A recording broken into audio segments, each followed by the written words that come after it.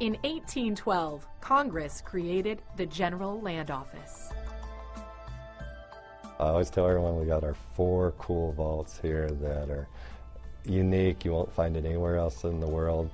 This door is fireproof, and we're about to step back into history.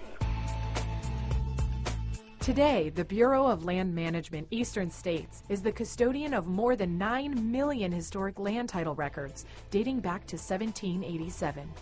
The very first patent ever issued by the federal government was made out to John Martin.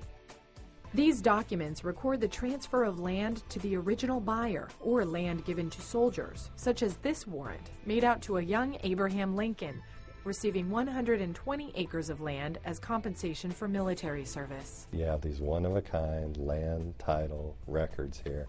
That is probably one of the largest collections you'd see outside the archives or Smithsonian. Old land deeds are taken to the bindery to be preserved and scanned online.